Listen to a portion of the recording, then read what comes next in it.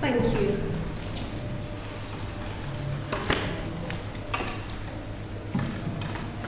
Thank you. So, as a senior caseworker for asylum seekers and refugees, these are just some of the bullet points I've got here, so you can get a feel of what goes on. So, we've had increased numbers from the Home Office decisions from the pandemic backlog, which means more people have had leave to remain and become refugees. But when there's single people who become refugees, there's a massive issue with the housing, which has caused many homeless refugees, asylum seekers. Very little access to legal aid now or housing, so that's a major problem, not just in Bolton but nationwide. People with who don't get legal aid is causing a lot of anxiety among our asylum seekers who come through our doors. Reasons being they don't have legal representation, but they're worried when they get a Home Office interview, they won't have legal rep, they won't know what their rights are as well. So under my level 1 immigration, I can assist and give that advice up to there. But that's causing a lot of anxiety as well within our service users. I'm sure a lot of you are thinking about Rwanda and the Rwanda bill and what's being shown on our media. Although, because our report is only till March 2024, I can't really go into detail with it, but obviously after the meeting, if anyone wants to ask me any questions, that's fine. I recently did a report on Rwanda, which was May 2024, so just to touch a little bit on Rwanda. The Rwanda bill was passed on the 22nd of April 2024, asylum and immigration bill to confirm, which the government Home Office said as a safe third country for the removal of people entering the UK under the new immigration laws. So who can Home Office send to Rwanda? So it's anyone who does not have a visa and claimed asylum in the UK on or after the 1st of January 2022. Or they've come on a dangerous journey, passed through other countries where they could have claimed asylum. So these are just some of the categories. Or also has not had an interview or a questionnaire and has not received a decision on their claim. So people who are still waiting for a claim, they won't be waiting for a decision, are not necessarily now going to have an interview or given that chance. They may just be put on a Rwanda list now.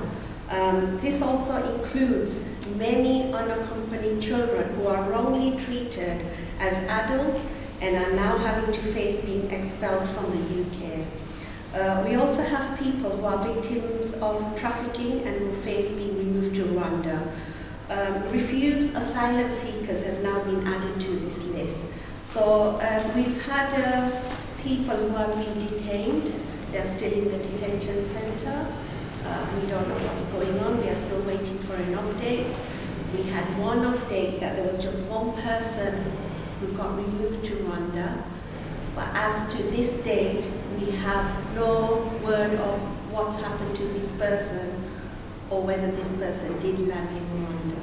We don't know what's happened. So we're waiting for more updates, but I'm sure you'll get more detail next year when more happens.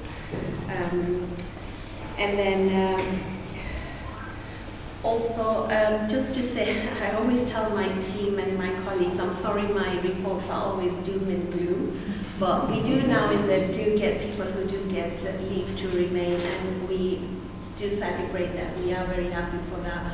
But unfortunately, that's the situation, and this job gets harder and harder each year as the immigration laws are toughening up. So it's a constant, we are bombarded constantly with emails, with quick training, things we need to pick up on so that when I'm advising service users, I know what the new legislation, what the laws are. So it's a constant thing, it just doesn't stop. Today we might be advising on this, tomorrow that's going to change and I have to advise them in a different way. And just to say a very big thank you to our funders and all the organizations who have assisted and supported our service users as well. Just moving on to the figures here. So these are my figures from April to March 2024. So as you can see, it's divided into low casework sessions. So I do appointments and walk-ins face-to-face on a Wednesday. On other days, Monday, Tuesday, Thursday and Friday, it's a remote casework, so which can be through the office, wherever I'm based. So this normally involves via the phone, emails, not just service users, but solicitors, other organizations getting in touch, or if it's somebody already registered, so it's an ongoing casework. So it's basically non-stop. So like I said, if I've got a casework list today, I'm finishing, I can't say I'll carry on with this tomorrow, because tomorrow I may get 10, 15 calls, or probably get 8, 9 emails just on casework. And on top of that is to keep up with all the new information coming through as well. So like I said to my colleague, when I finish work, I'm very quick on the dot to shut my phone, because it just doesn't stop, it's constant. So yeah, so face-to-face casework appointments were 109, walk-ins were 172 that were seen, and new service users registered were 6, so which means I've got ongoing cases registered, we're dealing with cases, but the new people I've taken on is 6 over the period, and that's now reduced because of the capacity we reach. So the 6 are only because there's an urgent need for them, that they need this assistance, this help, whereas with others I've had to signpost them because I just don't have the capacity to fit all the new cases in. So that's why it's looking low, but believe me, these 6 are very challenging, intense cases.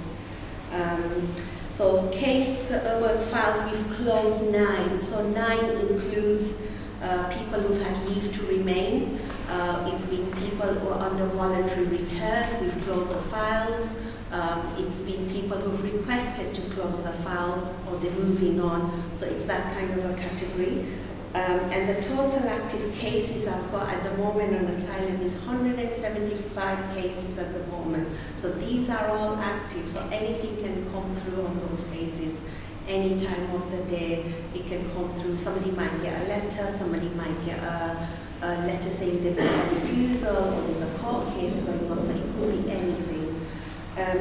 So the good news is we've had 9 people who had leave to remain, so that was a positive thing, yeah, so that was a good thing.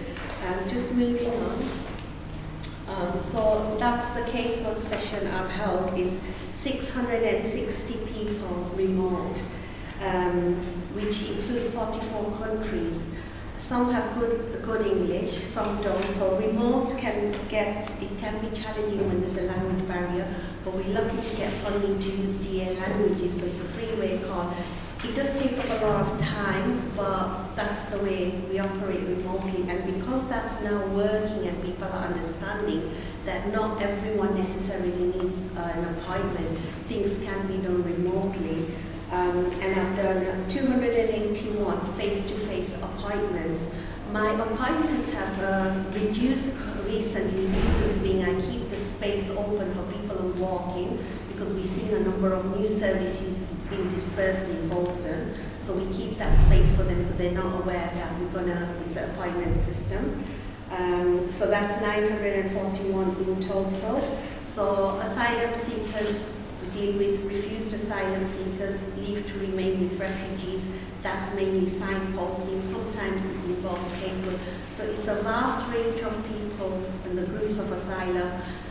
Yes, it's very challenging, it can get very tiring, but I'm lucky to have a good team with me who I can brief with.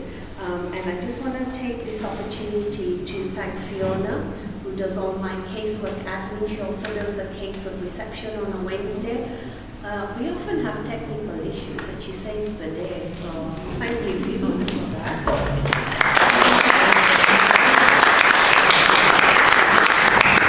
And I just want to take this opportunity to thank Max, who's recently become my line manager, including Sarah, who still sometimes steps in as my line manager.